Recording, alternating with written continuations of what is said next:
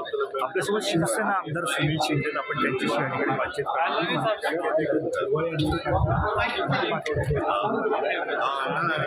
परंतु अनेक प्रश्न आता अंतिम आठवडा आहे, 2 दिवसाचं तापमान शिल्लक आहे. महत्वाचे विषय या 2 दिवसात चर्चा आलेले आहे, परंतु दुर्दैवाने नको त्या गोष्टीवरती वाद उकरून काढून या ठिकाणी काही मंडळी जे महत्वाचे विषय आहेत बदल घेऊन पाहत आहेत, महत्वाचे विषय चर्चेला आले लोकांमध्ये याच्याबद्दल कुठेतरी रोष निर्माण होईल आणि हाच विषय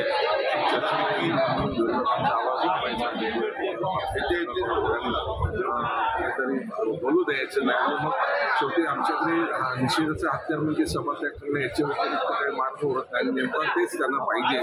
आता आमची बैठक आहे, याच्यात या वर्षाने मार्ग निघेल, परंतु महत्त्वाच्या गोष्टीवर या ठिकाणी चर्चा होऊन लोकांचे निर्णय झाले पाहिजे या मताचे आम्ही.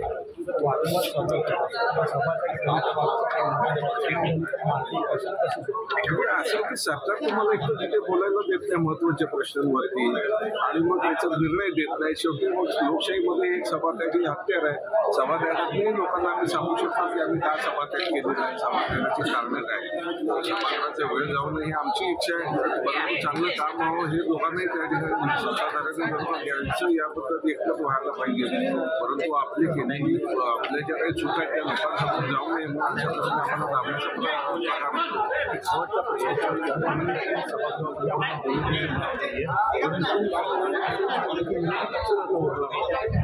आम्हाला विरोधी पक्ष अतिशय मजबूत आहे. विरोधी पक्ष अतिशय हुशार आमदार आहे आणि हीच हुशारी या सत्ताधारी पक्षाला अडचणीची वाटते आणि म्हणून आम्हाला दाबायचा प्रयत्न.